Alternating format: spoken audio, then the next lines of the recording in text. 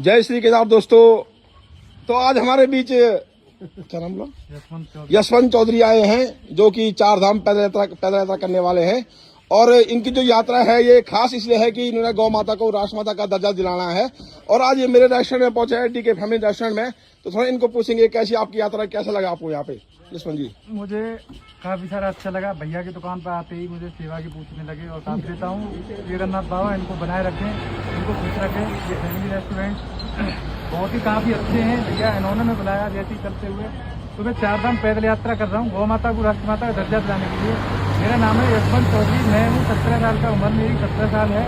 मैं अपने गाँव वृंदावन से चल रहा हूँ। तो मुझे काफ़ी सारा अच्छा लगा। मैं इनको बहुत बहुत धन्यवाद देता हूँ। जय श्री राम, जय गौ माता।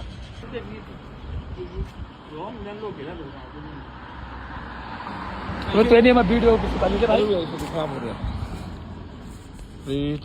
गया।